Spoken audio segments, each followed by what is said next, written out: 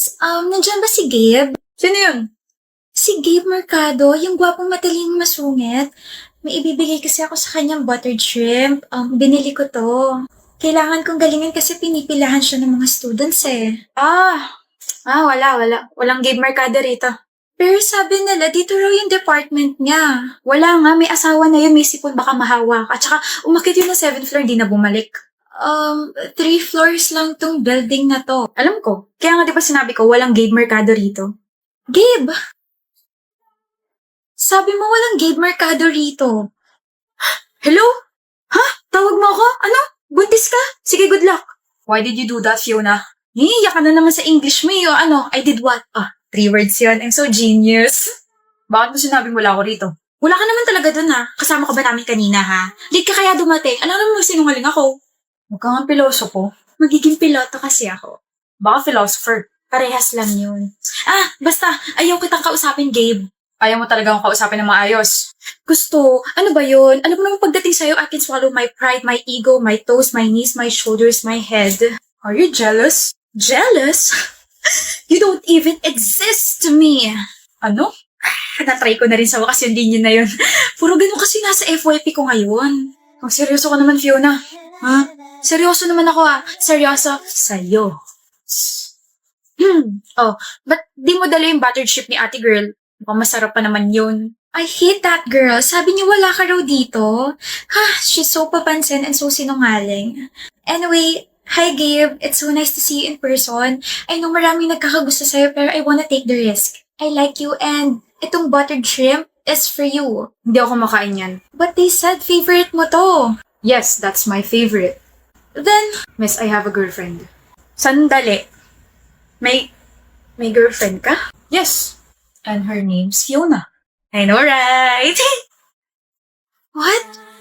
Who's your girlfriend? Yung babae makulit kanina? Yeah, she's my girlfriend. She's Fiona. Nauna na siya sa pila? She's fast.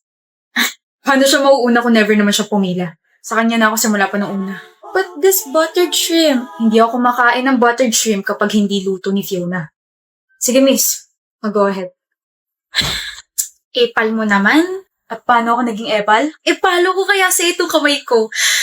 Kakilig ka naman eh. Grabe, huwag mo na akong papakawalan, Gabe. Kawalan mo yun. I'm like a cray that can color your life. Whatever, Fiona.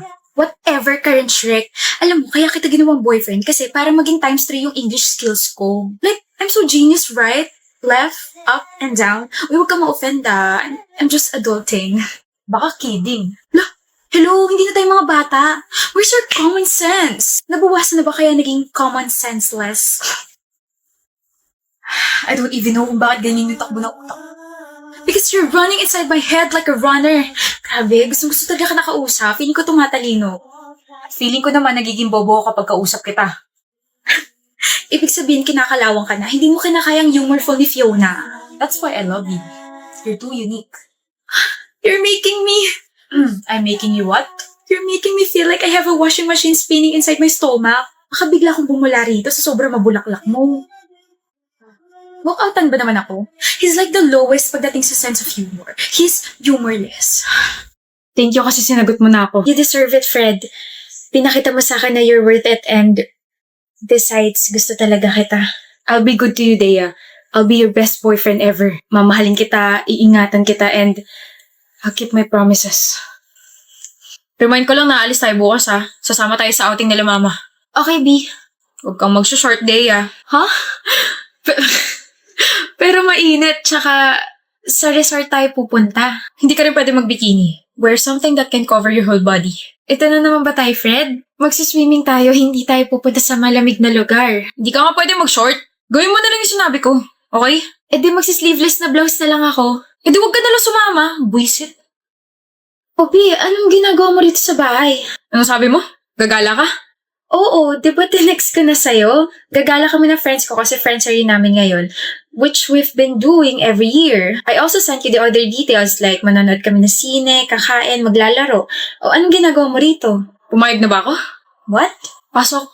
Hindi ka gagala kasama ng mga friends mo. Bakit? Pumayag naman na yung parents ko. Ako, pumayag na ba ako? Di ba hindi pa? Pasok. My friends are waiting for me, Fred. Wawala ako rito. Fred, gusto mo bang magbasag ako ng gamit? Ha?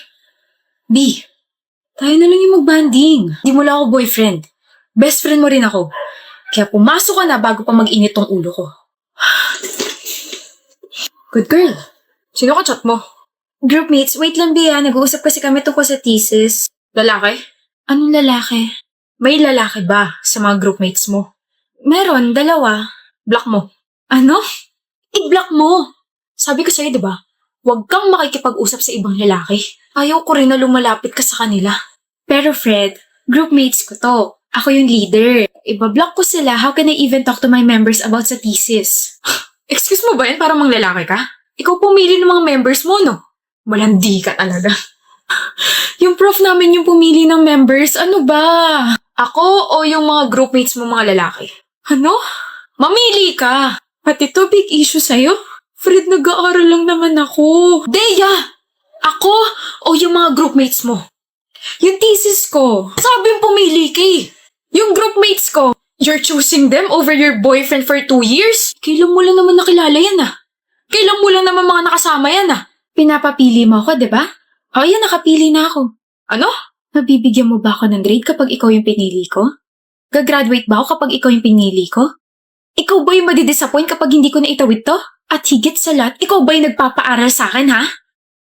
My gosh, Fred! Hindi pa ba sapat yung assurance na binibigay ko sa'yo simula nung maging tayo? Araw-araw, gabi-gabi, sinasabi ko sa'yo lahat.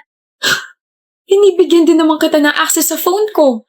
Wala akong tinatago sa'yo, pero bakit ganyan ka sa akin? Kulang na lang pagbawalan mo na rin akong kitain yung mga magulang ko tsaka yung mga relatives ko eh. Okay. I just love you. Okay? I just love you, Dea. Well, selfish ang pagmamahal mo. Selfish ka. Pagsisisihan mo to. Maghahabol ka rin. I'm so done with you, Fred. Sakal na ako. Magwawala ako rito. Gusto mo, tulungan pa kita eh. Magbabasag ako, Dea. Hindi na kailangan dahil basag na yung ulo mo. Break na tayo. Hoy, Talyer, 10 piso. Talyer ka ng talyer. Tyler nga, kulit mo naman. Napaka-arte. Ito, nagtalyer nga kasi. Dali na, 10 piso. Para sa na naman yan, naniningil ka na naman eh. Magkakaroon kasi tayo ng mini-event para dun sa favorite prof natin. Ay, pasensyahan tayo dyan. Wala akong favorite prof. Favorite blockmate lang. 10 piso. Hindi mo ba tatanungin kung sino Alexis? Hindi ka ba curious? Hindi. Hindi ako interesado. Boring mo naman.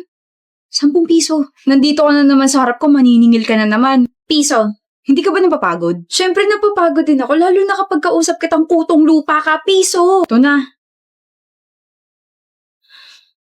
Sorry. Puso kasi yung pagkakarinig ko, hindi piso. Gagalit ka na lang palagi. Ginagalit mo kasi ako. Pag ikaw, pinakilig ko Anong gagawin mo? Ano nga, Tyler?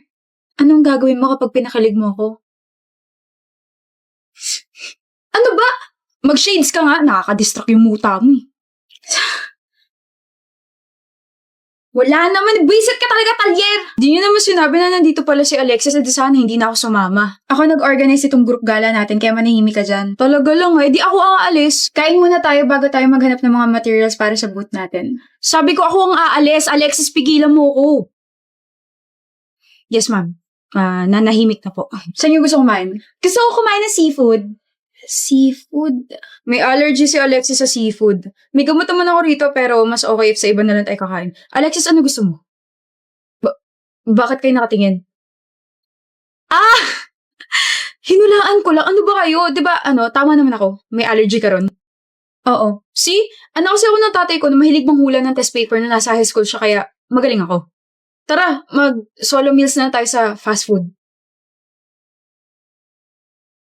Agahan niyo bukas ha. Sige. Bye! Ingat kayo. Naulan pala. Ano yan? Hoy, Talyer! Anong kinukuha mo dyan sa bag ko? Mangungopia ka ng assignment, no?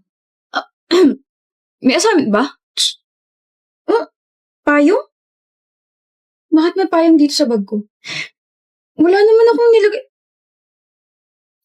Sa'yo ito galing? Baka magkasakit ka, bukas pa naman yung first day ng fair sa'yo ko may umaasa, di ba? Pag umabsent ka, paano na lang kami? Paano ka? May extra ka ba? Wala, pero okay lang, ano ka ba? Hindi ka pwede maulanan kasi sakitin ka, di ba? Maambunan ka nga lang, sinisinat tsaka sinisipon ka ni. Alexis, hindi pwede mangyari yun. Tsaka, props lang naman ako bukas, hindi naman ako importante. Same subdivision lang naman tayo, di ba? Sabay na tayo umuwi. Ha? Mauuna muna tayo sa bahay namin, tapos uwi mo na tong payong mo. Sabay tayo sa iisang payong? Bakit? Hindi ka sanay? Tara na. Alis na ako, Alexis. Nabasa ka. Ha? Ah, sus, wala lontong.